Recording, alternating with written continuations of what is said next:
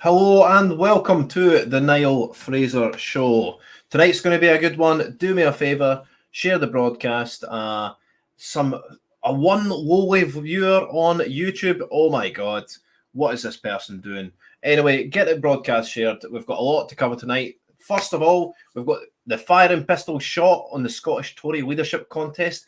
Illegal immigration gets a rebrand to Irregular immigration. A cricket game gets abandoned because some people were calling people names. Oh, diddums. We've got a British soldier stabbed 250 yards away from the barracks. The sloped roof causes problems for the Secret Service, and the Trump assassination plot thickens. A drag queen delivers the Olympic torch. The trans agenda accelerates. All this and more coming up on the Niall Fraser Show. But first, the intro music, please. Do-do-do.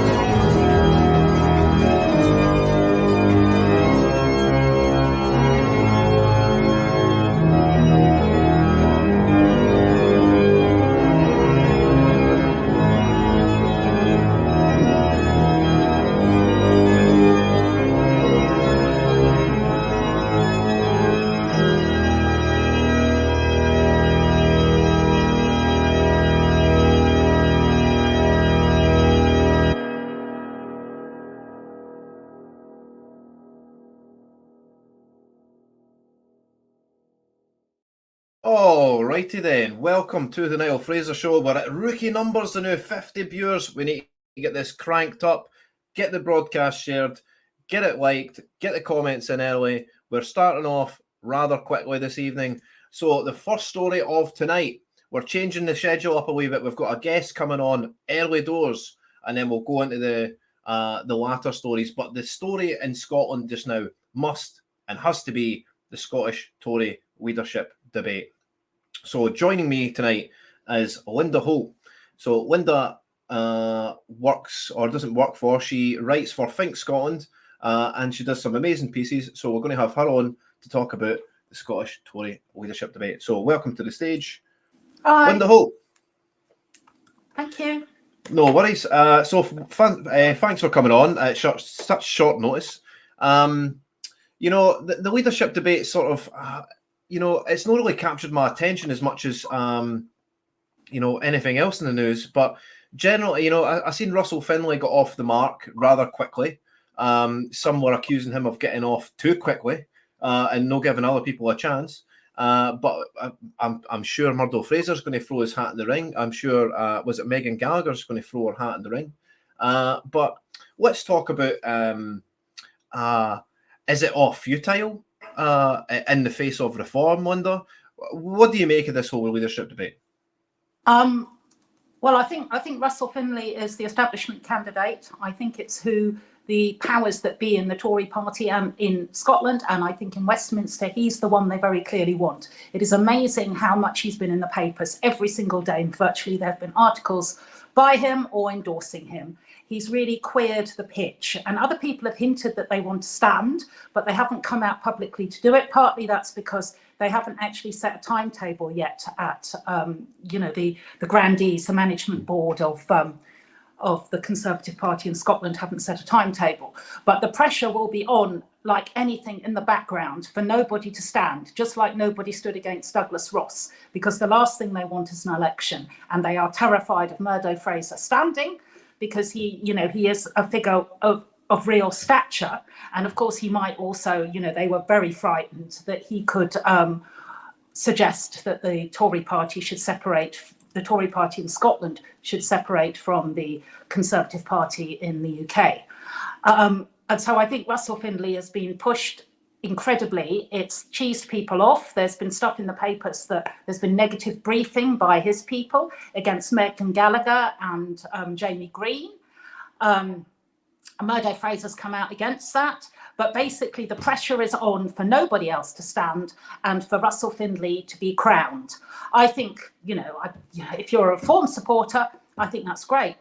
Russell Finlay is a continuity candidate. Nothing is going to change very much in the Conservatives, I don't think, if he becomes the leader. You know, I was quietly hoping that Murdo Fraser would throw his hat in the ring. I'm not even sure that he will now, but he said publicly yesterday in the, what is it called, Hollywood Sources podcast, that he thinks he made a mistake in 2011, proposing a separate, well, it was a separate centre-right small c Conservative Party in Scotland. That the chance for that was really in the late 90s when Hollywood was being set up, and now it's too late. And so he made it very clear that he wouldn't be proposing that now. He, as I say, he may still stand, but the pressure will be on, not for him not to stand and for nobody else to stand as well.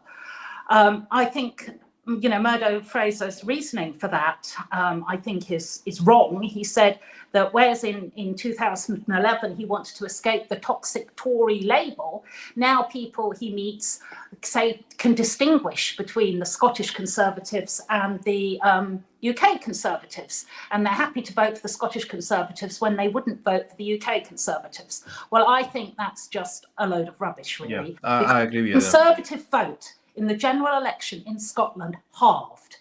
They were very lucky to hang on to 5 out of their 6 seats, but their vote share halved. It was the worst result for them since 2011.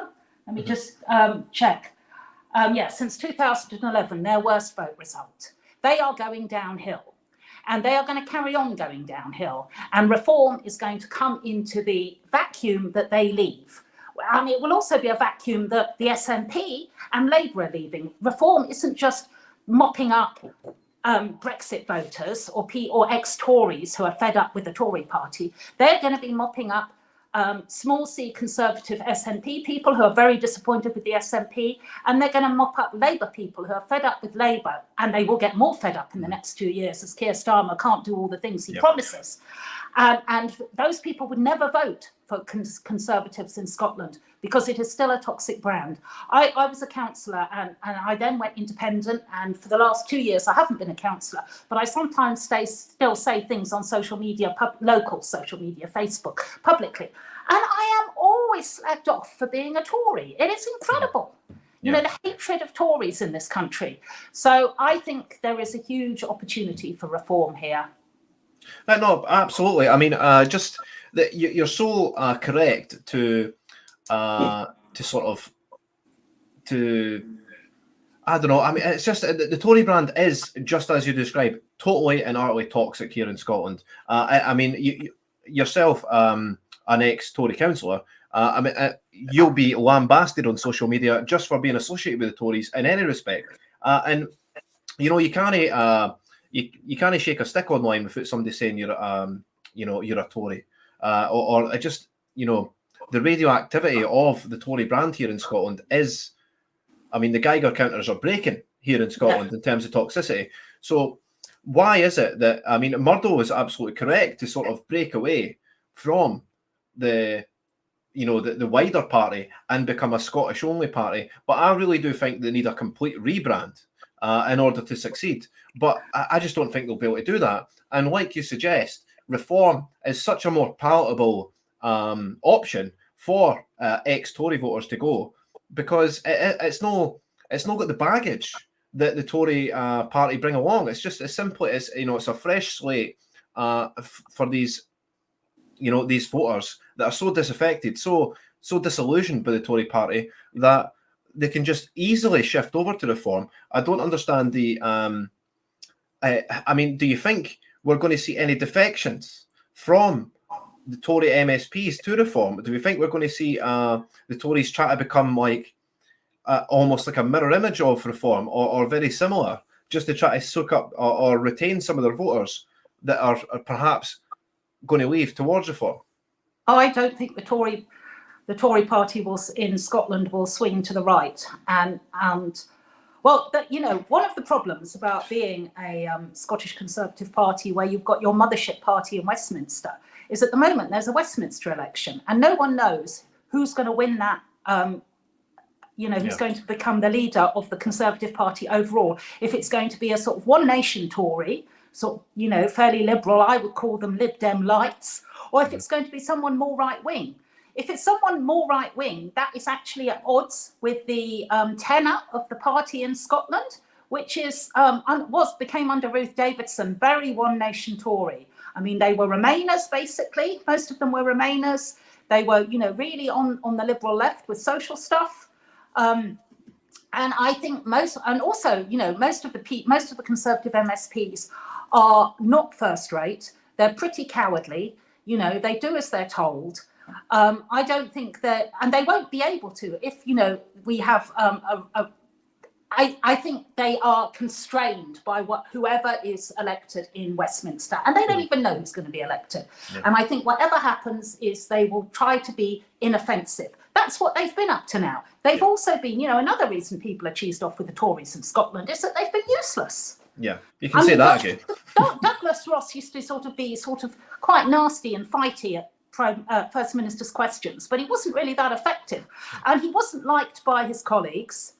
You know, they were not effective. They did not put forward striking policies. Can you tell me one striking policy they put forward? Okay, they were the only party on the whole to oppose gender recognition reform. But, you know, they idiotically gave their members a free vote. So 3 of the Tory MSPs voted for it, which enabled the SNP and all the other feeble parties to say, oh, it had cross-party support. The whole of the parliament supported it. They didn't even have the guts to put down a whip for that. So you can't say, oh, well, that was a Tory party policy. They have been really wet. And I think, you know, part of that is because, you know, they were very comfortable being the opposition in Holyrood. You know, they all had their big salaries and expenses and offices and could swank around, and they weren't going to rock any boats. But they let people down. And you know, their reform coming in won't be hamstrung by having a party in England telling them what to do. Reform in Scotland will be completely free. And anyway, in England, they've got, they'll have radical policies, which Reform will also like. I read something the other day about Ronald Reagan saying about some election in the 80s that the Republicans had to stand on a platform which had sort of bold colours and was really simple with its message. And that's what Reform does. It doesn't shilly-shally around and say, well, maybe a bit of that and maybe a bit of that, and cliches about change and believing in the working man and all this stuff. There are clear policies with Reform. It's no to net zero is a scam. We don't believe in gender ideology. We stand up for the economy. We stand up for small businesses. We want to stop immigration or reduce immigration radically. They are clear policies that people want to see, and the Scottish Tories will not be able to do that. No. So I think they are a lost cause. I tend to agree with you. I think they're doomed. I think their time is up. I think they're clutching at straws with the election contest, and they must be calling in all the favours they can get from all the journalists. Oh, please cover our election, our leadership election, because nobody actually cares about it. Nobody actually cares. Russell Finlay, I think you're right to he invoked Ronald Reagan with this big post he done, and he should be unapologetic, and it's farcical to me to think that they're toothless in every single respect. So why are we going to put our trust in the Tory party ever again? I think you're absolutely correct in your summation that they're doomed. They seem to be again, they're clutching at straws. This whole leadership contest to me is it's futile. It's a joke. Futile. The other problem that the Tory party have got, which I wrote about in my Think Scotland piece, which is the same problem that the SNP have got, which is that independence is over. There is no prospect of Indy Ref 2 for the next, 10, 20, 30 years. Yeah. No chance. Partly because the only vehicle for it is the SNP, and the SNP is imploding in slow motion in front of our eyes. The party is finished. They haven't got decent people to take over. They haven't let anybody in. Their structures are awful. They're still not recognising the extent of the problem. They're going to be slaughtered at the Holyrood election.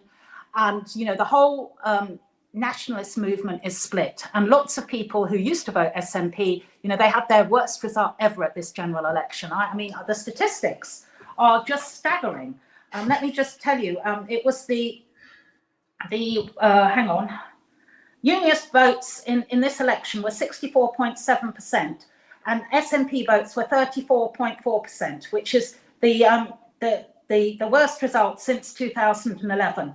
And only 19.7% of the total electorate voted for independence in this election, or independent supporting parties, whereas in 2014 it was 38%. They virtually halved the support for independence. And although there's lots of nationalists still floating around, and my husband's still, secret nationalist, he hates the SNP. Lots of them would not vote for an independence referendum now or in the next 5 years, because they think the SNP cannot even run a tap, let alone a country.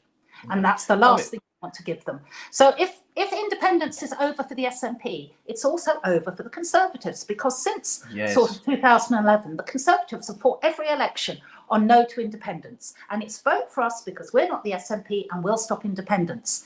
They didn't have to have a positive policy platform. They don't have to fight for the votes, and they never have. They've got no background in terms of policy development. They've also, which again is a contrast to Reform, is they've got no grassroots. Yeah, of course. They completely, in Fife, I live in Fife, and the association, there were 2 Fife Conservative associations. One is completely closed and the other one is moribund. There's no, even when you saw them canvassing for the general election, it was all MSPs and paid staff. They don't have supporters. No. They don't have people on the ground. And that is also partly because I experienced it. They treated their grassroots so badly. They just saw them as cash cows and they didn't involve them. I was never involved as a councillor in any policy development. Now, Reform, because it's starting from scratch and it knows that it has to get supporters and workers and people to help. It's completely open. It's involving everyone in policy development. And, that's really refreshing. Well, I again, don't think Tories doing any of that. No. They've made a living off being opposition here in Scotland, and the best thing for the Tories here in Scotland has been the SNP, quite frankly, because they've made a living off being the opposition to the SNP and say, "Oh, please vote for us because we're not the SNP, because we don't want independence." We fought elections, and they're always their message is, "We're not the SNP. Vote for us." To beat the SNP, it's actually staggering. They've got no vision for Scotland whatsoever. They've got no credible policies. Nobody can tell you what the Scottish Tory Party in Scotland actually represent, who they represent, because at this moment the only thing they do represent is themselves and their jobs, and this is the only thing that they're after. So this is where I'm thinking that surely the best chance of Tory MSPs at this point in time to retain their job is to defect to Reform. The quicker, the better. Well, I think people are in politics often have very closed minds. They live in little bubbles. It's like the SNP. I can't believe so many, senior people in the SNP haven't realised what a cataclysmic defeat the general election was and how their days are numbered. They just don't get it. I mean, I read Robin McAlpine today, who is, a big nationalist and really passionate about it. And he has been sort of publicly grieving for months. And he does the most insightful analyses about how hopeless they are. And then it doesn't sink into these people. They are in their little bubbles. And I think the Tories are in a bubble. I don't think they get how much Scottish politics has changed. Now that independence is off the agenda, it means that you can't hide behind that anymore. You can't coast on that as they have. And they have to come up with something different. And the Tories have been, and the SNP have been sort of mutually parasitic. I don't want to say symbiotic because that suggests something healthy, but they fed off each other and fed off, the hate of each other and fear mongering among people to get them to vote SNP or Tories according to who you hate. That's finished. Yeah, and meanwhile in the background they're all shaking hands and being all nicey, Linda. Well, I'm not sure about defections. I think there are going to be defections from the UK Tory party, without a doubt, to Reform. Okay. I think that's coming. But whether you'll have defections up here, I don't know. I think they will. What I'm also struck by is even though Reform got 7% of the vote in Scotland, they beat the Tories in every seat in Glasgow. They lost far fewer deposits than the Tories got. Hardly anyone's talking about them. In the podcast today that I listened to, Murdo Fraser and Liz Smith and Andy McIver and someone else didn't even mention Reform. I think they think if they don't talk about it, they don't exist and they're not a danger. But they are going to get such a surprise. Yeah. So I don't think at this point they think that Reform is, anything credible that we have to worry about. But that is so wrong. They need to read my article. They know the writings on the wall, and the mere fact that they don't mention them, it's almost like the boogeyman. If we don't mention it, it doesn't exist. Whereas Reform is the monster coming over the hill to swallow up all their vote share, to swallow up all their jobs. And I just don't see why they don't see it that way. And it's like you say, they live in this such an insulated bubble that they will just not. They'll not even put that out there. They won't even acknowledge the fact that this is happening. They won't acknowledge the fact that in Reform's getting huge percentage right across the general election from a zero starting place, Linda. But they did no campaigning in Scotland. There was no campaigning. It's insane. It is actually insane how much votes Reform got here in Scotland. Like you said, without campaigning. I've never seen any Reform candidates. I didn't see any Reform canvassers at all, and it was all based on the Farage effect. But again, he was connecting with people on such a visceral level. Absolutely. No trans ideology in the schools. We need to curb immigration immediately. We need to stop the boats. Immigration is swamping our country. It's crippling almost every single institution we've got, and yet nobody's want to talk about it. Nobody wants to face up to the facts. No one. And apart from Farage. And this is why they've had such an incredible rise, I believe. It's just, you know, and like you said, again, Labour are going to have their time in the sun. I think overall, why Rishi Sunak called for this general election really early is because the economy is in such tatters. It's in such disrepair. It's in such bad shape that no one actually wants to preside over an economy like this. No one. I mean, we're going through the cost of living crisis. I mean, it's the cost of lockdown crisis, but we're going through it. And I mean, nobody wants. It's like it's a pass the parcel situation where the parcel's a bomb. Nobody wants to hold on to this economy now, and nobody wants to address it. Whereas I think at least if Farage and Reform want to take it, at least they can connect to voters on a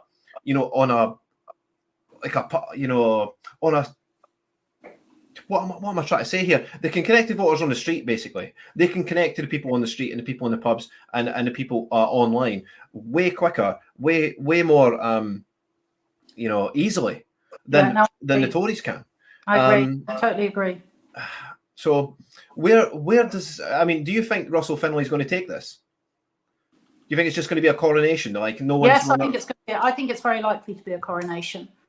And I think the pressure on the people who are thinking of standing not to stand is enormous. So I think it is likely to be a coronation, yes. And even if there's an election, the only candidate who would stand a chance of winning against him would be Murdo Fraser.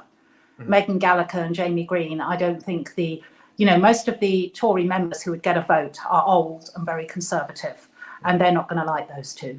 And Megan Gallagher I don't really understand why she is such a, she's deemed to be, such a front runner. If you listen to her perform in Hollywood, I mean, she can barely read out a speech. Yeah, I know.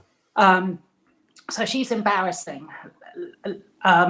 Jamie Green is, far too... Ultra embarrassing. Yeah, and it's chalk and cheese, but for him, I mean, and, the older Conservative Association members. I mean, I know it was sort of written off as a sort of nasty briefing against him, but, his own association wants to deselect him. What's going on there? So I think the only person of stature who could challenge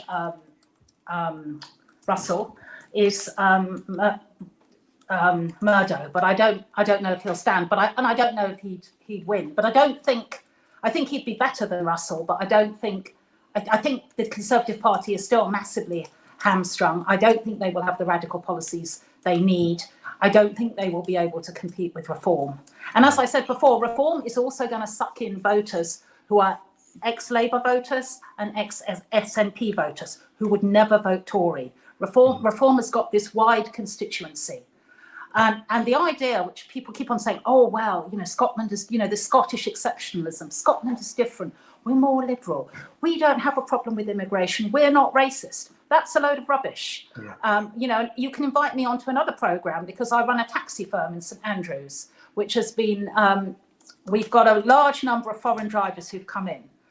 And the reaction of the taxi drivers that I employ, who are, not intellectuals or anything, not politically very interested, but they, a number of them voted Reform because they're so fed up about seeing what's happening on the taxi rank.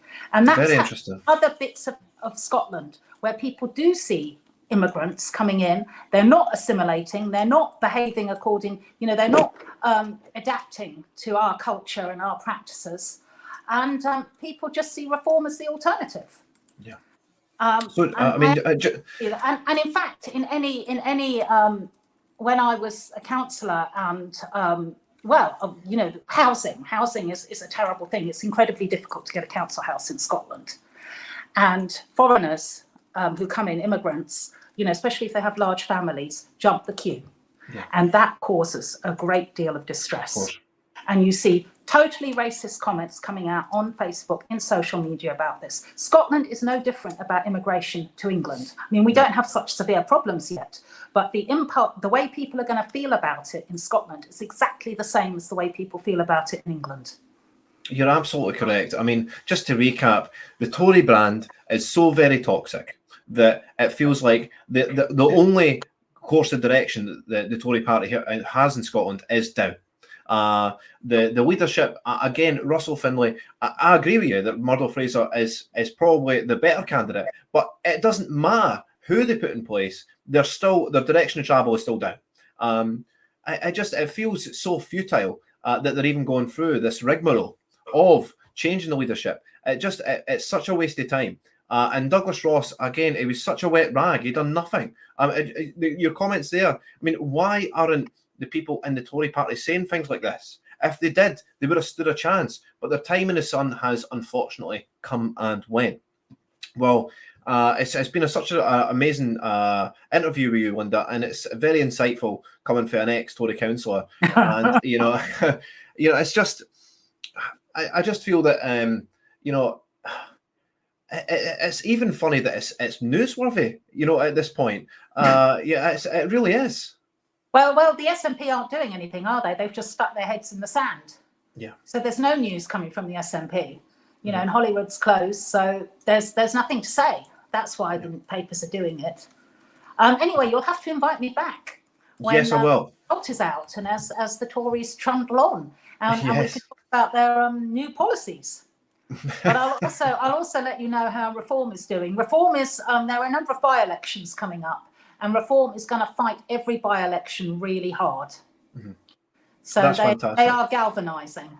Yeah, I feel like the motivation and the behind Reform at the moment is just so huge.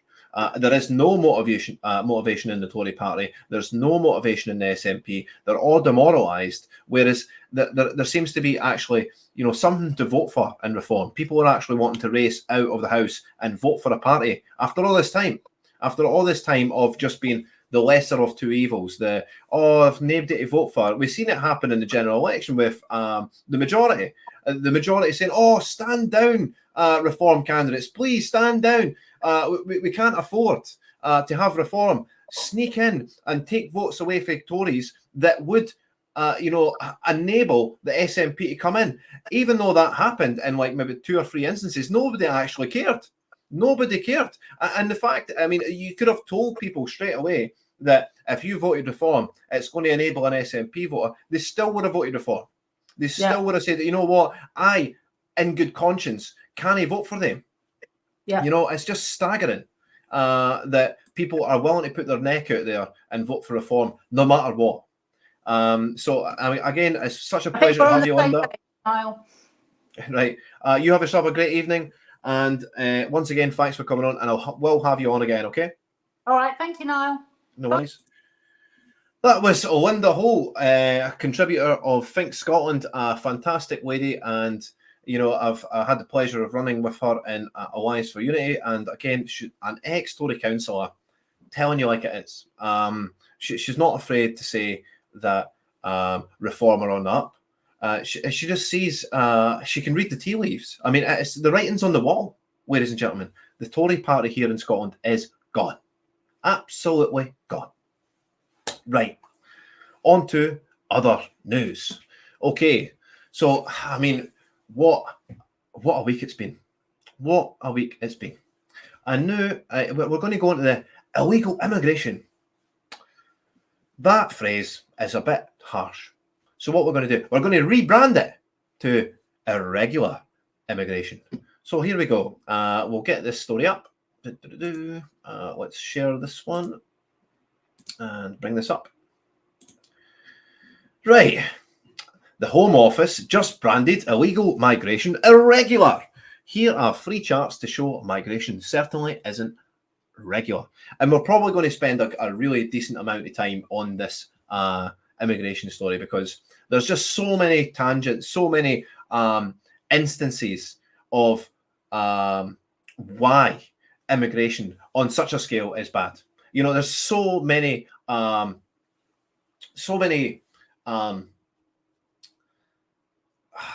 what's the word I'm looking for? There's just so many repercussions. This is what it is. There's so many repercussions of immigration that it just gets glossed over all the time. It just gets absolutely glossed over. So here we go. We'll read the story. The Home Office released a statement on social media saying it's taking control of irregular migration as part of the strategy to boost border security and deliver a prompt, managed asylum system. The announcement has sparked a debate, with many arguing it downplays the seriousness of illegal migration, and the term irregular fails to address public concern about illegal entry into the country. Responding to the post on X, Nigel Farage said Labour wants to bury illegal immigration as a subject, as they're now using the word irregular. We will not let them get away with it. So, God bless Nigel Farage. God bless him. Because, I mean, this is the thing. What has illegal immigration done to Britain? What's it done? Well, here we go. British soldier attacked in Kent. What happened this morning? Kent stabbing. Police seize a number of knives after soldier attacked near barracks. This is a direct result of mass immigration, ladies and gentlemen. A direct result. The thing is, we bring in migrants. They already hate our nation. They already hate it. They despise Britain, and yet they come on boats, and yet they spend a crazy amount of money to arrive here. Why? Why? To take advantage of us. That's why. So let's read the story. I mean, you've heard it all on the news. An army soldier stabbed multiple times outside. It's only 250 yards. A golf swing away for the barracks. Kent police say the victim in his 40s is in a serious but stable condition. Let's hope that he pulls through. Let's pray that he pulls through, ladies and gentlemen. A serious but stable condition after he repeatedly attacked with a knife around 200 yards from the Brompton barracks in Gillingham. The force said it is investigating possible links between the location and the suspect, and the added motive for the attack is being explored as mental health. Mental health, ladies and gentlemen. What a crock of shit. What a lot of nonsense. It's absolutely bullshit. Can you believe this? Mental health. Let's go and look at the actual guy. I've got him in my bookmarks. Where is he? Let's share this tab. This is what the guy looks like. This guy here. Does he look mentally unstable? Probably. But I mean, it's not a mental health issue. People are saying that he's licked the knife after he's stabbed someone. What is going on, ladies and gentlemen? Why are we allowing these people into our country? Why? Why is it happening? Why is it happening? Let's go back to the story.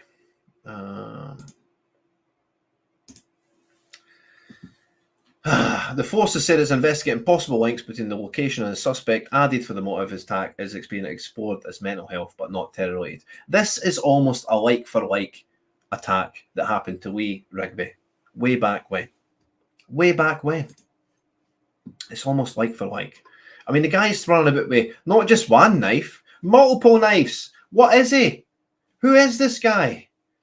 And why is he going about? I mean, is this what Middle England and England has become now? It's getting so medieval that you would think you would need a suit of armour and a sword to go into England at this point. Honestly, what a joke. And the Met Police are just becoming such a waste of time. And what's happened again? We've got the story today that, a police officer or people at an airport have stamped on a migrant's head. They've kicked a migrant's head after he's hospitalised 3 officers. And yet that's getting more media attention than this. I can't believe it, ladies and gentlemen. Anyway, we're at 160 viewers. Get it shared. Get the broadcast shared. We're going on to more and more topics. But let's finish the story. Here's the latest on attack this morning. Keir Starmer said he was shocked and appalled. Shocked and appalled. shocked and appalled. That seems to be the motto of the day. Every MP is out there saying they're shocked and appalled. And yet they'll do fuck all about it. They'll do nothing about it. They'll just arrive on the boats continuously and incessantly and just forever ad nauseum. But they're shocked and appalled, ladies and gentlemen. Shocked and appalled. Chief of the General Staff, General Sir Roy Walker, said he is deeply saddened by the horrific and unprovoked attack. Home Office is reportedly not treating the attack as terror-related, as officials believe it may be the result of a mental health episode. I don't know about you guys, but what sort of mental health episode leads you to stab an army soldier until he's almost dead? It's attempted murder. What mental health episode is causing that? What's happened there? Who is this guy? A 24-year-old guy. Mental health. Outrageous. Neighbours have recounted the horrifying scene on their doorstep. One man capturing screams on his doorbell footage. Imagine living around this area and your Ring doorbell is capturing screams. What an absolute joke. Keir Starmer, where are you? Where are you, Keir Starmer? Come on. We can't have people dying in the streets, getting stabbed in the streets multiple times, and people will try to live their lives in peace and harmony with the caption screams on their Ring doorbells. I'm in a particularly angry mood this evening. A particularly angry mood. Honestly. It gets worse and worse and worse and worse. How many people need to be stabbed in England? How many people need to be killed? There was a 15-year-old or a 16-year-old shot dead. Jesus. Right. We'll finish this story off. Police remain at the scene with a cordon in place and have made no further comment following the release of a statement tonight. Honestly, I feel that British people are under attack. British culture is under attack. Everything British Britain is under attack. We've got people invading our country on boats. I'll say that again. We've got people invading our country on boats. The people that do not give a toss about us. People that actively hate our country. Why are they coming? Why are we allowing them to come? Why? They're a detriment to the economy. They're a detriment to our services. They're a detriment to our well-being. They're a detriment to everything that we've got going on in Britain.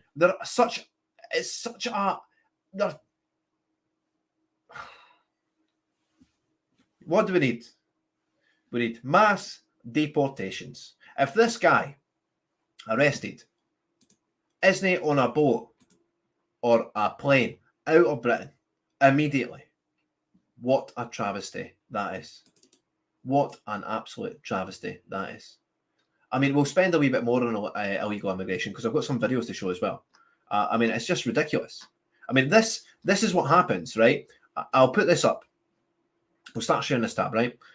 This is what happens when you teach anti-white rhetoric across the entire education system. This is what happens when you teach black people that white people are the enemy, that white people are inherently evil, they're white devils, that everything that we've got in Britain, everything we've got in Scotland, England, Ireland, Wales, right across the Western world is as a direct result of slavery. What a lot of shit. But this is what's been taught en masse to these people. Are you serious? They are totally and utterly, they want to make our country as dangerous as possible. They want you to stay in your house. They want you to lock their door. And they didn't want you to come out. They want you petrified. And they're doing a good job, aren't they? Let's see what this dweeb is saying. It's not for your youth, it's your ancestors. It's directly to you. The reason why you're going today is because of what my people did. The reason why you're here today is because of what your people did to my people. You don't do anything for this country. You're a disgrace. You're a disgrace. The reason why you're in these streets were built by my ancestors. Our streets were built by this guy's ancestors. Shit.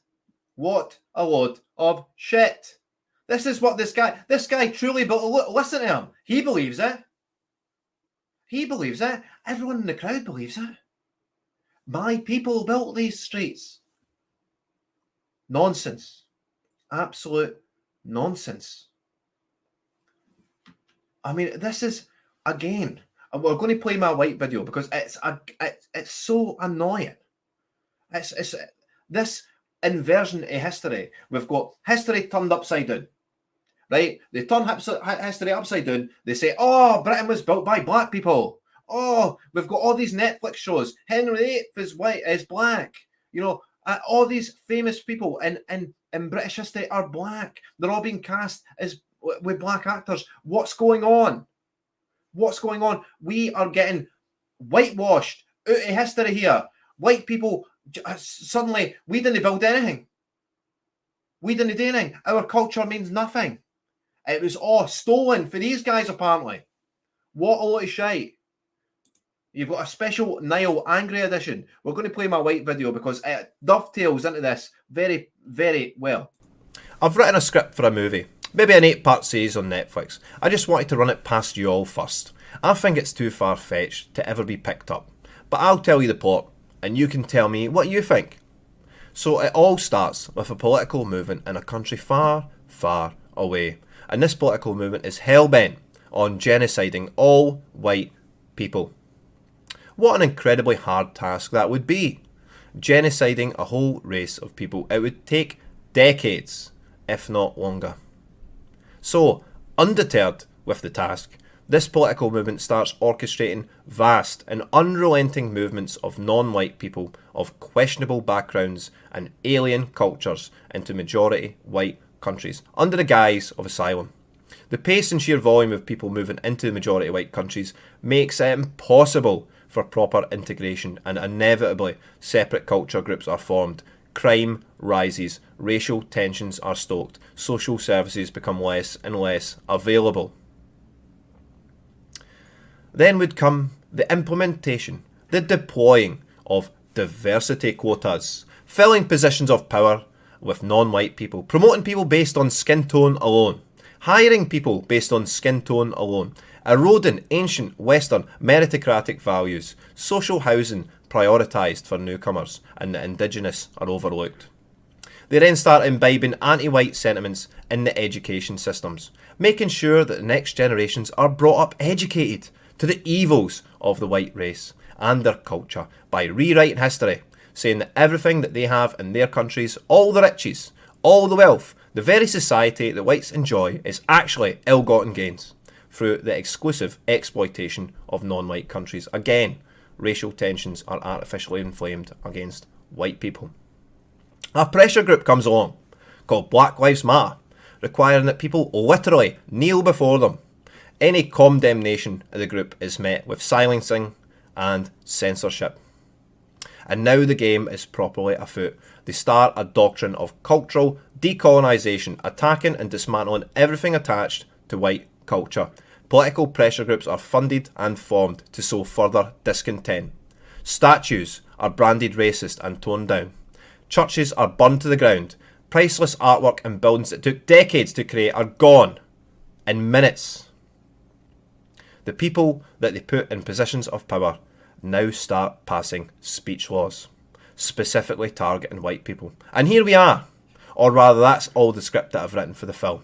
So you tell me, is that too far-fetched, or what? There you go. I mean, how perfect is that? It's not a Netflix series, ladies and gentlemen. We are living it. We're living it. It's our story. This is what's happening. Why won't people wake up? We're getting history's getting rewritten. They're telling people like this. That his culture built the streets. It's not about your youth, it's your ancestors. It's directly to you. The reason why you're climbing today is because of what my people did. The reason why you're here today is because of what your people did to my people. You do 20 people in this country. You're a disgrace. You're a disgrace.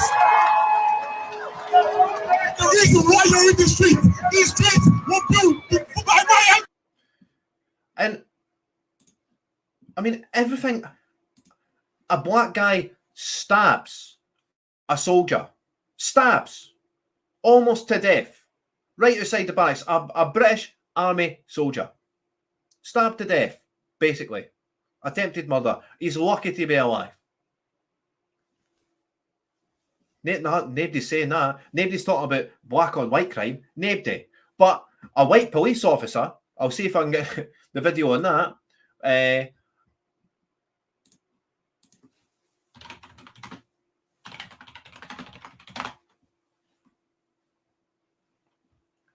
But a white police officer does this.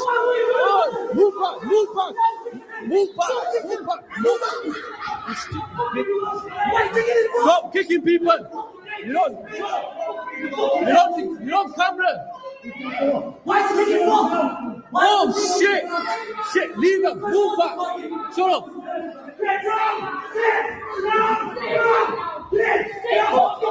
Move back. Hey! Move back. Move back. Move back. Move back. Say, move back. Move back. And this gets all the news coverage. And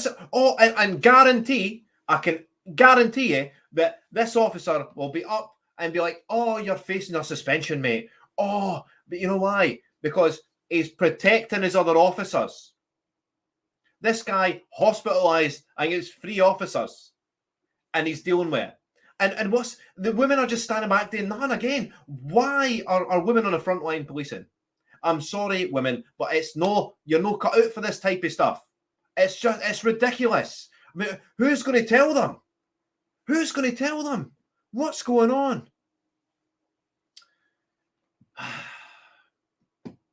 That'll get more coverage than the stabbing. That'll get more condemnation than the stabbing. What a joke. What a joke. And this is why we could talk about immigration all day long. We could talk about immigration all day long. It's that ridiculous. But in the interest of time and at least having a sort of line up in a show, we'll go on to the next story. But yeah, I mean, I'm just so angry about all this. It's ridiculous. I mean, we've got, just to recap, they're rewriting history. They're letting in people that hate us, that hate our country, that want nothing more than to take advantage of Britain, the benefit system. Why is this allowed to happen? Why is this allowed to happen? Right. The next story, ladies and gentlemen.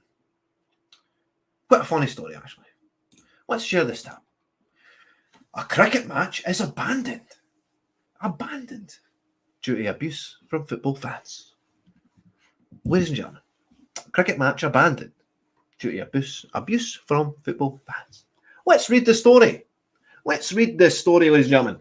A cricket club claimed its match was abandoned after abuse by fans attending the Rangers versus Man United friendly. Oh, police are investigating. The police are investigating, ladies and gentlemen. They are investigating after a cricket match near Murrayfield was abandoned. Abandoned after players were allegedly abused by fans attending a Rangers and Manchester United match. The game between Murrayfield DAFS and Stewart's Melville Cricket Club was called off on Saturday amid what the home side described as a combination of sexist or racist and homophobic abuse. Oh dear Lord. Oh dear Lord. They're not shouting names at them. They're not calling them names, are they? Oh, quickly, let's abandon the match. We can't deal with it. Oh, what a load of shite. Can you believe this? Can you believe this? More on the story. Oh, let's just read that again, just for hilarity's sake. The game between Murrayfield DAFS and Stewart's Melville Cricket Club was called off on Saturday amid what the home side described as a combination of sexist, homophobic and racist abuse, alongside allegations that the players were assaulted. The East of Scotland Cricket Association Division 7 tie was taking place at Roseburn Park ahead of the friendly between Rangers and Manchester United near Murrayfield. Murrayfield DAFS claimed the abuse was carried out by so-called football fans in the area.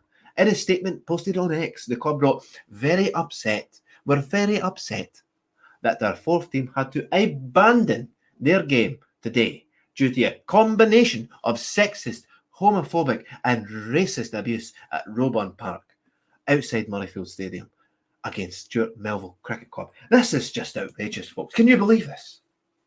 Can you believe that people would walk by and shout, whoa, you know, cricket players are all gay? Something like that. Let's abandon the match, guys. I'm not taking it. I'm not taking it anymore. I'm not taking it. They can't be calling me names whilst I'm trying to hit a ball.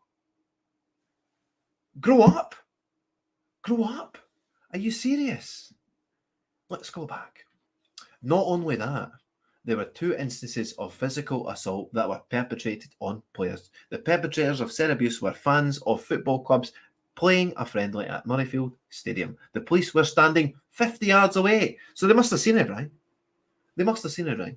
In a post on the club's Facebook page, Phil Yealand, the president of Murrayfield DAFS, added, there's no indication in advance that playing today would be an issue, but some of the so-called fans at Rangers versus My game at Murrayfield totally behaved in a totally unacceptable way. Players playing any sport in a public place, should be able to do so without fear of violence and without homophobic and racial abuse and other anti-social behaviour. One of our players has made a report to the police, which has been followed through. Those involved in organising the event at Murrayfield have been contacted and a range of concerns expressed. Those involved in the local community have been alerted. We can't turn back the clock, but the club will seek answers about why we could not play our game safely. Stuart Melville Cricket Club said it was very disappointed about the experience and commended all players for how they dealt with an unacceptable situation. Oh dear God. Oh, people were shouting names at them. This is unacceptable. It's such an unacceptable situation. If you can't detect the sarcasm here, it's there. What a joke. Are these guys no grown men playing cricket? And they can't take a bit of name calling. You know, I'm in the unique place, the unique situation that I've got ginger hair, ladies and gentlemen. As you can plainly see, I've got ginger hair all through my entire life. My entire life, people have called me ginger pubes, Fanta pants, iron brew for shampoo. You name it. I've had every single insult under the sun. Under the sun. Do I expect it to stop? No. I expect it to continue. In fact, it just continues over and over and over again. I don't care. I don't care. If someone calls me a name, it gives me credence to call them a name back. Doesn't it? It's just so sad that in today's society, in Scotland where we're supposed to be burly men, we're supposed to be people who can take a joke. But no, we can't even play. People can't even play cricket without somebody calling them a name. And like, oh, let's abandon the match. We can't have this homophobic and racist abuse. Honestly, it's such a massive joke. And this is this. It's almost the tide of the Humza hate crime bill. It's the same thing. The Humza hate crime bill, basically, it was a signal to everyone that says, oh, we can't have anybody calling anybody names anymore, honestly. We can't have people calling people names. Oh dear Lord. Oh dear Lord, we can't have people calling people names. Right, so that's the cricket match. I wonder if there was any physical assaults. If there was a physical assault, it makes it a bit different. But honestly, they had to abandon the match. People were abusing. Alleged abuse. Listen, the game between Murrayfield DAFS and Stuart Melville's Cricket was called off amid the home side describes a combination of sexist, homophobic, and racist abuse. Oh, diddums. Oh, we can't take a joke. We can't take a name call here in Scotland without we're abandoning the match.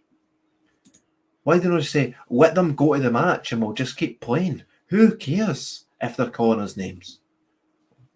Grow up is what I'm saying. Grow up.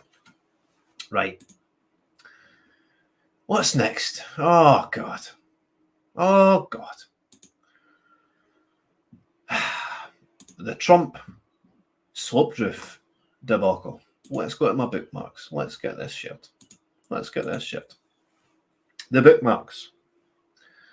So, I mean, this story with Trump just grows arms and legs. I watched like a 20-minute video, and it's the audio signatures of the shots are so very different. We've got 3 shots, boom, boom, boom, and then you've got a combination, I think it's 6 other shots. They're like, da-da-da-da-da. So you've got the sniper on the sloped roof that's clearly, I think he's shot 3 shots. And then you've got a different gun, which sounds completely different, ladies and gentlemen. Completely different. And it shows, 6 shots in tandem. So I don't think it was one shooter. I think it was multiple shooters trying to get Trump that day. And the failings of the Secret Service is just so outrageous that you've got to believe that someone here was in on it. You've got to believe it. We've had the resignation of this Cheadle woman, this diversity hire at the head of the Secret Service, who was put in 2 years ago when Biden was in. Oh, she must have been put in just for this exact situation. I mean, they've provided the best opportunity for someone to assassinate Trump. Oh, and what's the excuse right off the bat? It's a sloped roof. It would cause safety concerns. Safety concerns for the Secret Service? Let's look at Tom Fitton. What does he say? Again, the shooter did a more effective recon work than the Secret Service, a $3 billion federal agency. We've got to believe at this point that they wanted Trump dead. They wanted him dead. They can't win an election. They have to kill the man. That's what's going on here. It's so obvious. They didn't even attempt to come up with a contrived lie. They don't even attempt to make it palatable. They just say, "Oh, it's a sloped roof. We can't get on a sloped roof." It's such a tiny gradient. What a joke. So let's hear what Christopher Wray's got to say. FBI director. Were you able to determine whether the shooter took the gun up with him when he climbed up to the top of the roof, or was it already placed there somewhere? So that is something that we're drilling into right now that we don't know the answer to yet. I can tell you, which may be relevant though to your question, that, and I don't think this has been reported yet, that the weapon had a collapsible stock, which could explain why it might have been less easy for people to observe, because one of the things that we're finding is people have observed him. The first people to observe him with the weapon were when he was already on the roof, and we haven't yet found anybody with firsthand observation of him with the weapon walking around beforehand. So that doesn't mean he wasn't, obviously, but the collapsible stock is potentially a very significant feature that might be relevant to that. All right, okay. The collapsible stock. So we didn't care if the FA climbed up the roof with the gun on his back, or the gun was already on the roof for him to use. We don't know. We don't know. Simply don't know. FBI director. Let's look at another one. Where is it? Here we go. Who else was doing the shooting from the roof, if not just the assassin? On the roof. Did Crooks fire 8 shots? We have recovered 8 cartridges on the roof. So if you listen to the audio signature, I'm pretty sure there's 9 shots. So they've recovered 8 shots on the roof. That's what this guy's saying. Because this is the question in here: is are there multiple shooters? Are there multiple shooters? And he's just basically saying, oh, we recovered all 8 cartridges on the roof. I don't believe it. I really don't believe it. I don't. Let's look at this one. Is this like an autistic special ed version of Jason Bourne? This is, Luke Rukowski gets to the point here. Are we supposed to believe that this 20-year-old guy,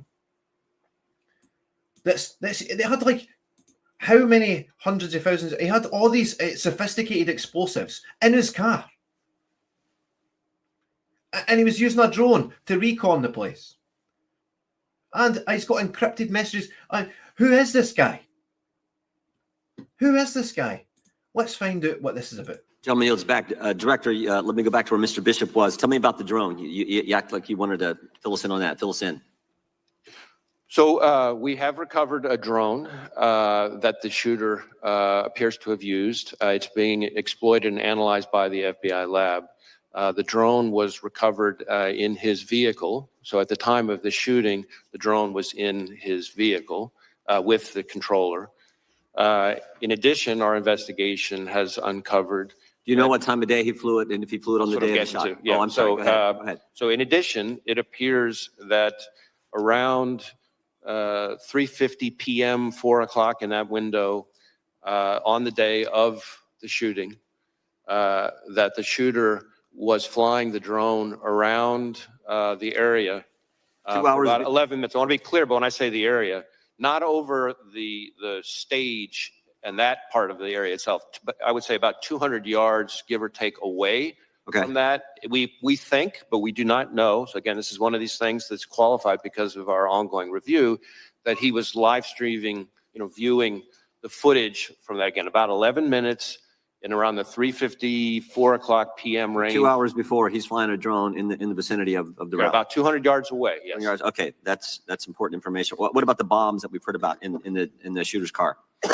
So again, the FBI lab is exploiting those explosive devices. Yep. There were, we've recovered 3 devices, 2 in his vehicle and 1 back in his residence.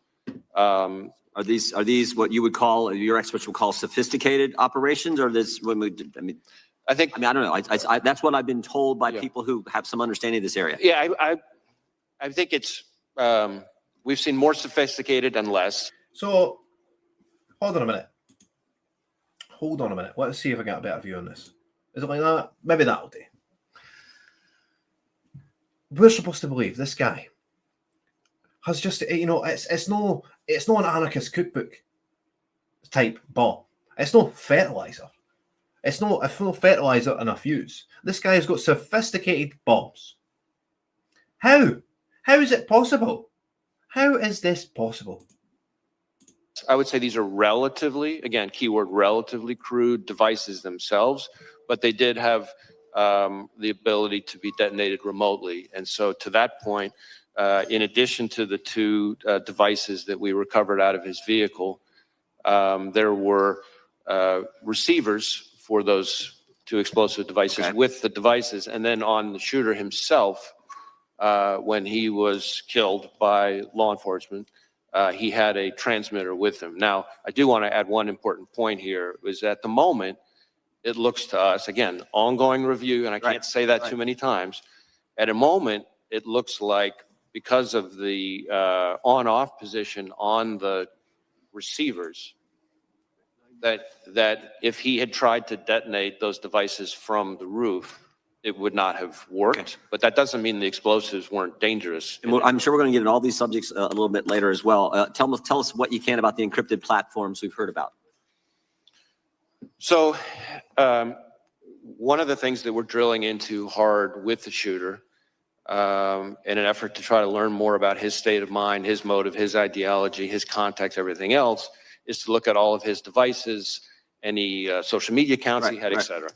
And one of the things we've learned in finally getting into his phone, which was also a significant technical challenge from an encryption perspective, but in addition, once we got on the phone, it turned out he was using some encrypted messaging application. And again, the same question relative to the bombs. Was this pretty sophisticated, or is this the kind of the norm you see with folks like, similar situation? How would you describe on this subject, I would say this has unfortunately now become very commonplace, and it's a real challenge for not just the FBI, but state and local law enforcement all over the state. Tell me exactly the scope of, does the scope of your investigation include what I call that critical 5 minutes from when the 6:09, when this is based, I think, on information you've given to Congress, 6:09 when the shooter's identified on the roof, and 6:14 when President Trump is ultimately escorted off, and all that happens, the shots that take place in between there. Do you have access to the communications that were going on at the time in that critical 5 minutes? So our investigation, when you say scope, our investigation includes that time frame, although focused again on the shooter himself and his but the now, shooter's as involved part in of that. He's obviously involved in that time frame. Correct. And as part of that, as part of our focus, our investigation of the shooter and the attack, of course, we are interviewing law enforcement from the scene, because those are some of the most significant witnesses, and we're obviously getting access to their materials and that kind of thing. And the Secret Service has been fully cooperative. You have access to the communications that exist there. That exact question, as I sit here at the moment, I don't know the exact answer to that question, but I know that Secret Service has been cooperative with us. The Congress would like access to those communications as well. I mean, not just that 5 minutes, although I think that's the critical time frame. There's lots of communications we'd love to have access as well. I see my time is up, and they have called votes on the floor, I think. Right. So not only is this guy got crude but sophisticated bombs, he's managed to fly a drone in the area prior to a couple hours prior to Trump rally, and it's not unsure if the weapon's been stashed on the roof or he's climbed up on the roof to get the weapon to then shoot at Trump. Everything's not making sense in this, ladies and gentlemen. Nothing's making sense. And the fact that they didn't have anybody stationed on the roof, didn't have anybody stationed on the water tower, didn't have anybody stationed anywhere. We've got more on this. Where is it? I'm pretty sure this guy. No, I thought I bookmarked something. This guy. Gun up with him when he climbed up to the top? No. I'm doing it Renegade tonight. Renegade, we're just going through my bookmarks. I didn't really get a chance to upload the videos and put them all up, but we're doing it Renegade. But you get the gist. There's more to this Trump assassination attempt than merely a 20-year-old, disgruntled, bullied 20-year-old. Just, somehow just gets into the prime position to take a shot on Trump. The prime position. No, this guy, he's got a drone. He's reconned the area. He's got bombs in his vehicle. We don't know if it was going to be used for a distraction or not. And he's ended up shooting Trump right in the ear.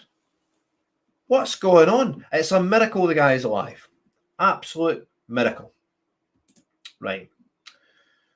Right, so we're going to go on to our next story, and it's just hilarious. This is when did the Olympics begin? Let's get a wee bit of the history on the Olympics. Olympics beginning. The history of the Olympic Games. All right. Let's look at the history of the Olympic Games. Let's share this tab.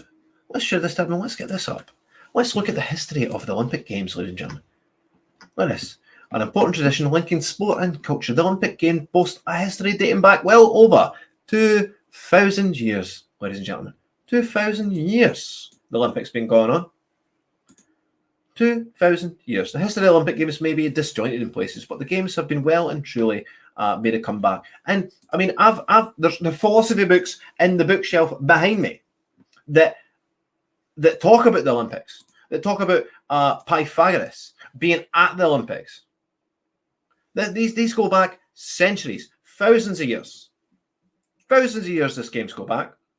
First written evidence of the Olympic Games, official Olympic Games, dates to 17 776 BC, before Christ, when the Greeks began measuring time in Olympiads, or the duration between each edition of the Olympic Games. The first Olympic Games were held every 4 years in honor of the god Zeus. Zeus. And then from then on, a number of artistic activities such as music, singing, poetry, and theatre were organised at the Pythian and Delphic Games, a separate event up to the Games held in the Olympia, linking culture and sport right from the beginning of the Olympic Games. In 393 AD, the Roman Emperor, how am I going to say this? Theodosius I banned the Olympic Games for religious reasons, claiming that they encouraged paganism. Well, isn't that a good segue into what we've got here? What have we got here? What have we got here, ladies and gentlemen?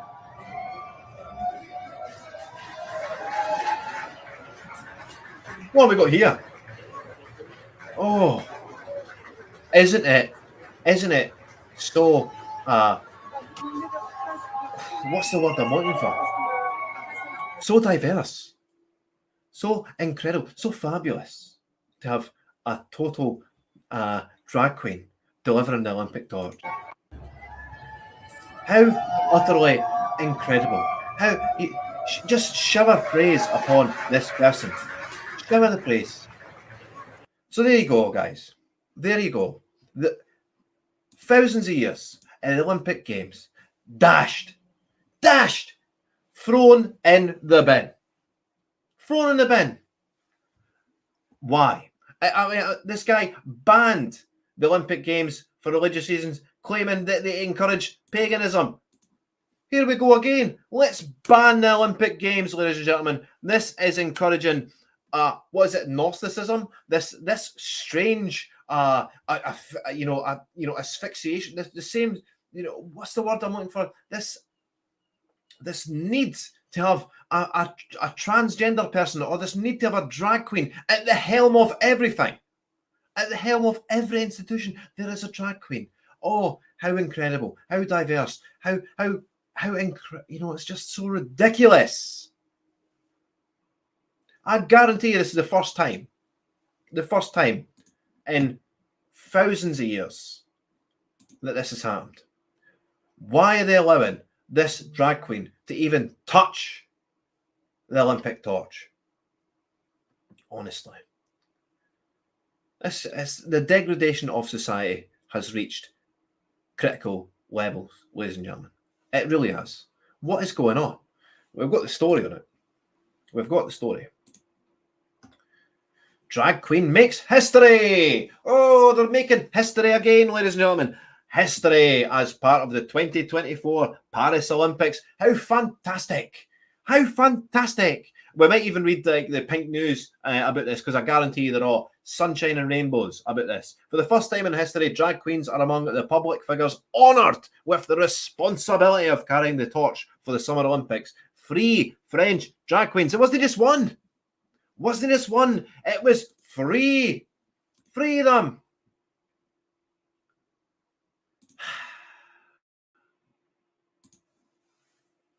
Three French drag queens will share the responsibilities of carrying the flame at some point as it makes its way towards the Paris for the 2024 event. Queens Nikki Doll and Miss Martini have already had the historic moment and carried the torch earlier this month, with Minima Geste will perform in the duty of her home city of Paris. When sharing the news in a video announcement. Here we go. Here's the crux of it, ladies and gentlemen. Here's the sinking feeling in the chest. If you're not already feeling dirty, if you're not feeling dirty watching this, prepare to feel absolutely defiled. When sharing the news in a video announcement, she said, I know that visibility is still one of the pillars of acceptance for our LGBTQIA plus community. Ooh. So having a drag queen carry the flame and who might fall flat on her face with it, wait and see. It's an enormous source of pride. Guesty told her supporters, "One of the messages that I want to carry is the pride in my community, because 10 years ago, having a drag queen carry the torch would have been unimaginable." It's still unimaginable to me. It's ridiculous. What is going on? It's making a mockery of thousands of years of history, allowing this person, this deranged person, carry the torch. Honestly. And it's just this LGBTQIA plus community. Who cares? I mean, how many more letters are they going to add to it? It's LGBTQPS, ladies and gentlemen, pedo Satan. This is what it's all about. It's about the degradation of society. They want to promote the worst aspects in our society. They want to get what's the word I'm looking for? The age of consent. They want the age of consent reduced to nothing. This is what it is. It's all an attack on the family. They didn't want you reproducing at all. They don't want you reproducing at all.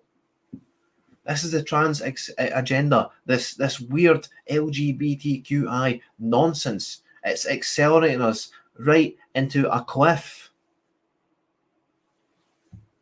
It's disturbing. It's disturbing. It really is. Why?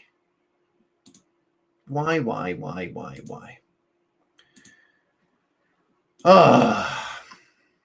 You know, it's just, is there any respite in this? Do we get any like any slowdown on this? Is there any halt in this LGBT, this push for needless? I mean, diversity. Diversity is just it's a new phrase to say not white. It's a phrase that they use to destroy white culture. We need to be diverse. We need to be diverse. What a joke. Anyway, ladies and gentlemen, I'm going to end rather sharpish tonight. I'm in such a horrible mood, honestly, and I don't care. I don't even mind telling you that. I really don't. Such a horrible mood. But one person that did put a sort of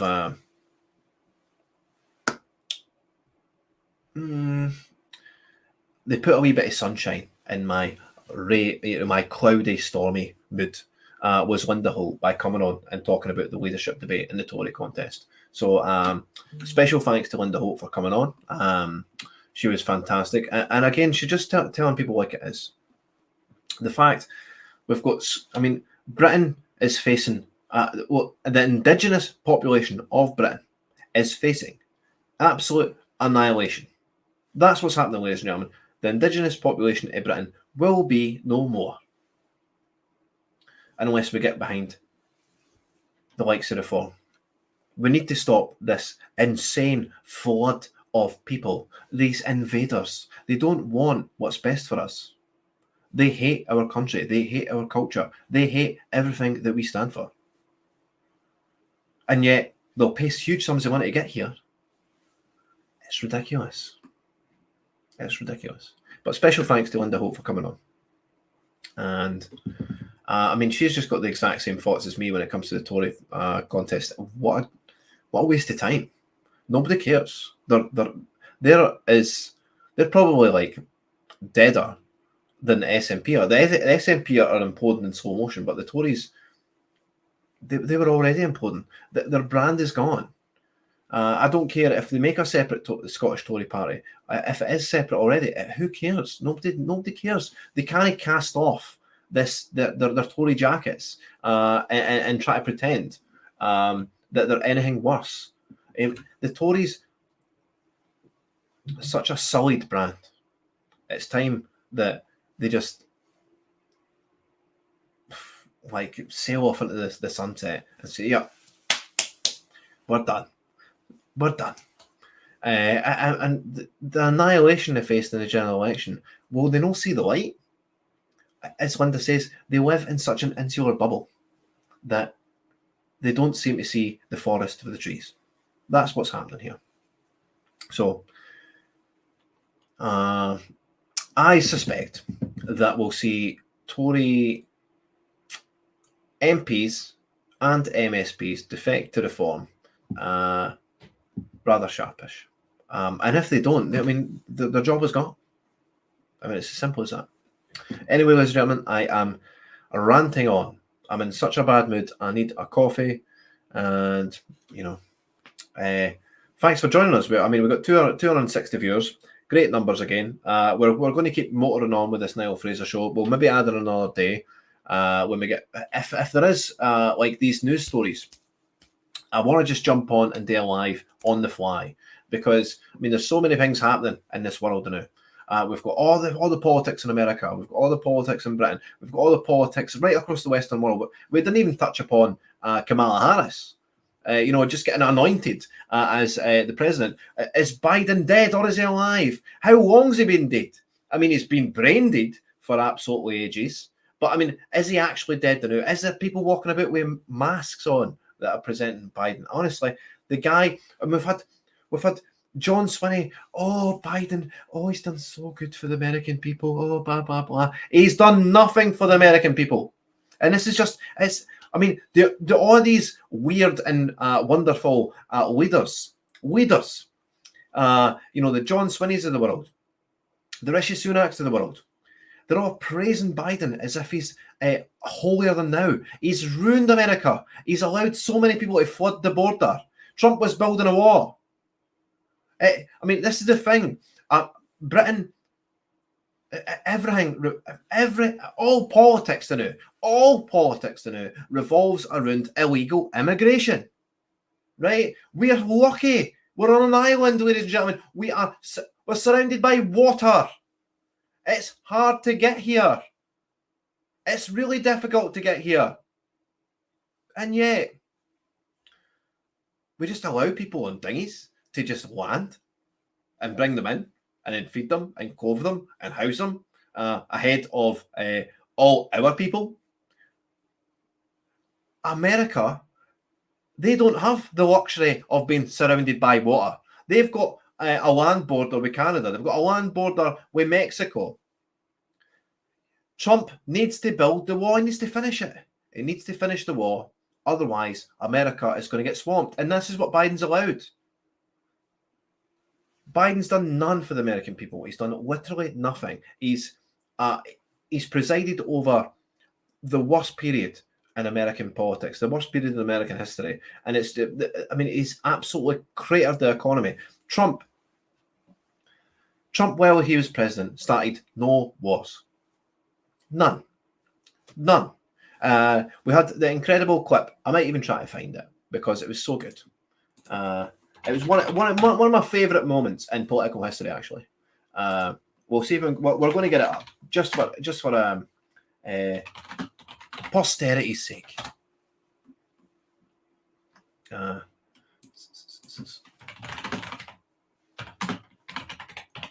See if you can guess what I'm going to bring up.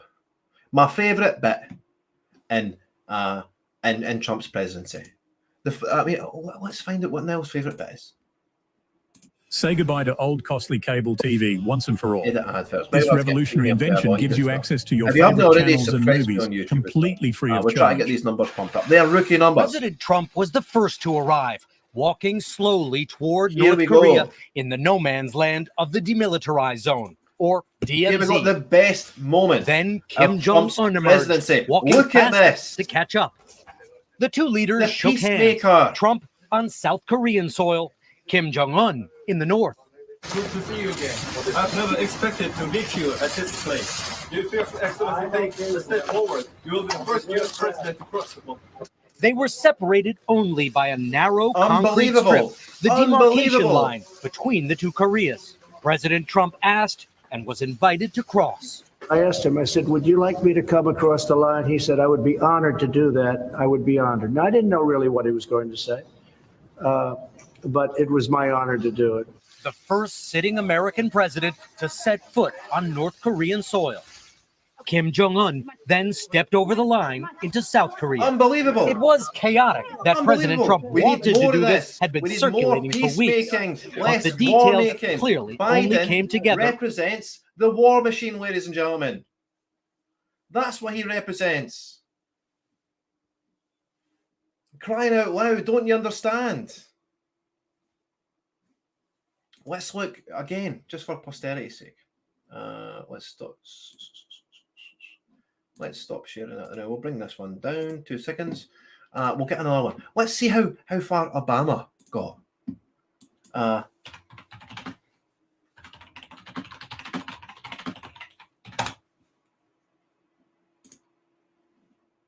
Let's look, ladies and gentlemen. Let's look. Let's bring it up. You love this. You'll absolutely love this. So bear in mind, Trump walked across the border, the DMZ between North and South Korea. What does Obama do? US President Barack Obama has paid a visit to what he called freedom's frontier. He flew into a US base on the border between North and South Korea in a show of solidarity with Seoul. The two Koreas are technically still at war because no peace treaty was signed at the end of their 3-year conflict in 1953. 12. US troops have been based in South Korea ever since.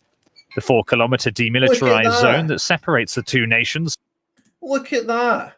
Look at the difference we've got here. Trump just simply walks across and greets Kim Jong-un. Just simply walks across, the peacemaker, shakes his hand. Oh, Obama's looking at me. Oh, there he is. There he is. He's over there. Oh, my God. This is the difference, ladies and gentlemen, that a leader makes. Obama would never have done this. I mean, look at it. It's just the optics of this is horrendous. We're just looking at it through binoculars. Oh, the big baddie's over there. He's over there, ladies and gentlemen. He's over there. Trump just walks across like a boss.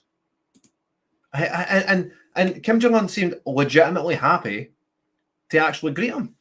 He was smiling ear to ear. Again, we're going back. I've went off on a tangent here, and we're bringing up stuff, random stuff. But this is the point. This is the point.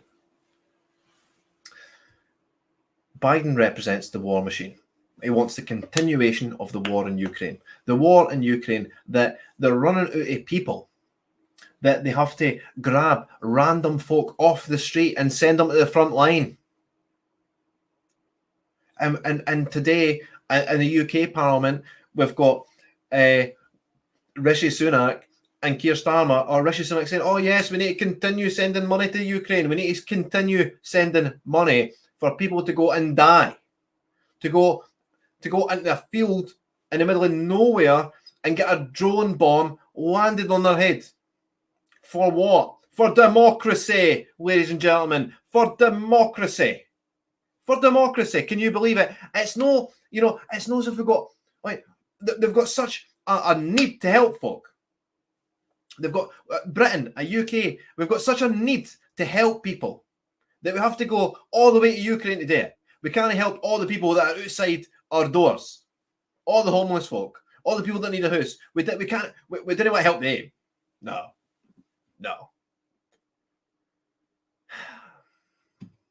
They've got, they're so altruistic. They're so altruistic. We need to go and fight the big bad pudding. Big bad pudding. Ukraine.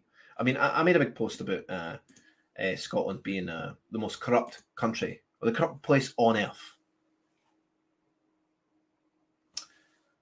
And people were pointing out, well, maybe it's the Ukraine. It probably is the Ukraine. Obviously, it was a bit hyperbolic.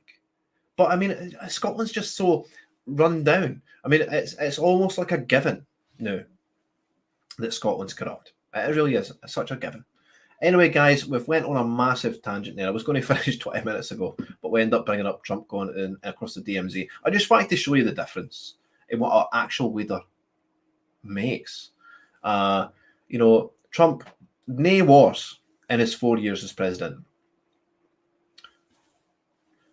An assassination attempt because he's about to go back in.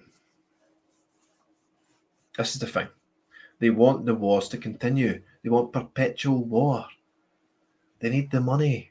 They need the money. And we'll do a special segment on money as well. Because we're living in the Truman Show, ladies and gentlemen. We're living in a big, huge scam. I mean, let's look at, before I go, I'll give you a wee 5 minutes. We've got so many scams running in tandem with each other now, right?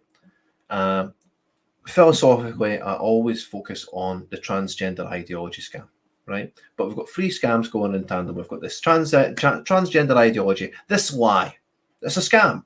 This lie that people can change sex. It's impossible, right? Ladies and gentlemen, if you're listening to now, if you've got a son, a daughter, if you are in the position where you think, oh, I've got gender dysphoria, you can't change sex, ladies and gentlemen. You can't change sex. It's impossible. Impossible. I could take all the hormone drugs on the planet. I could down. I could jab all the hormone drugs on the planet. I could do 1 million surgeries. It's not going to make me a woman because none can, because nothing will. It's impossible. It's impossible. It's written into your DNA. We've got another scam going on. The net zero scam, ladies and gentlemen. What a massive scam that is. Oh, let's shut down every one of our economies that pollute. You know, let's shut down all the coal power stations. Let's shut down,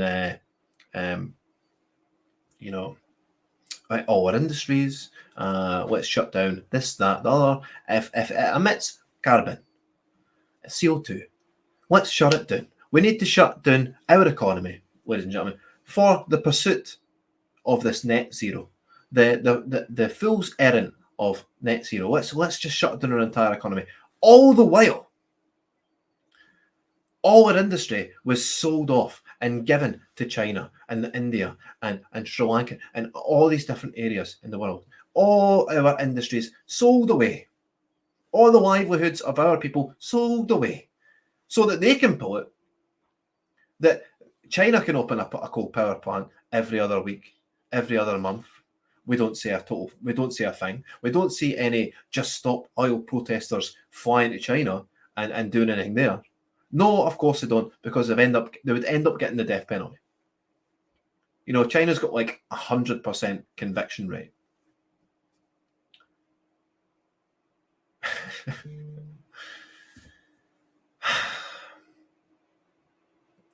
Anyway, that's the number 2 scam. We've got the transgender scam, we've got the net zero scam, and then we've got the money scam.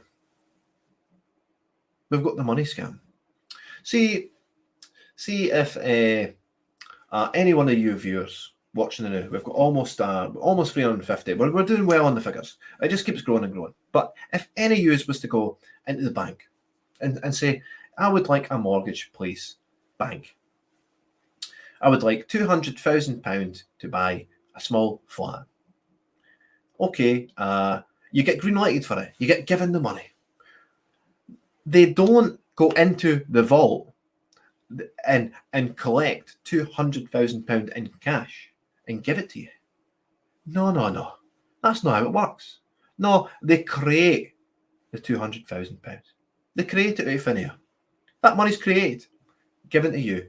And then you get charged interest on that money that's just been poofed out of thin air.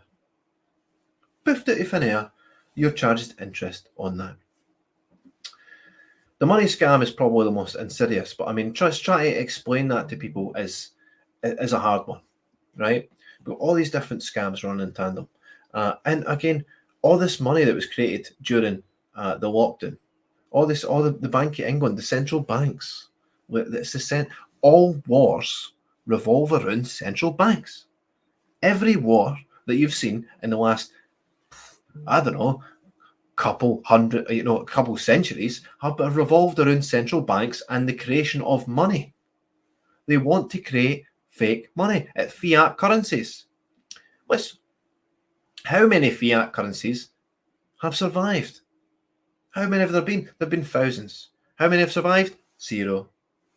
You know why? Because it all ends up worthless. If you create money out of thin air, it's worth nothing. That's the scam we live in. So we've got all these free scams. Transgender ideology, net zero, and the financial scam that we live in. All of that combined makes up this matrix that everyone's talking about. Andrew Tate talks about the matrix. The matrix coming to attack you. The matrix is coming for you. We're in the Truman Show. This matrix is here, where Agent Smith is coming to get us. Agent Smith is the central bank. It's all the central banks, the Bank of England, the Federal Exchange, you name it.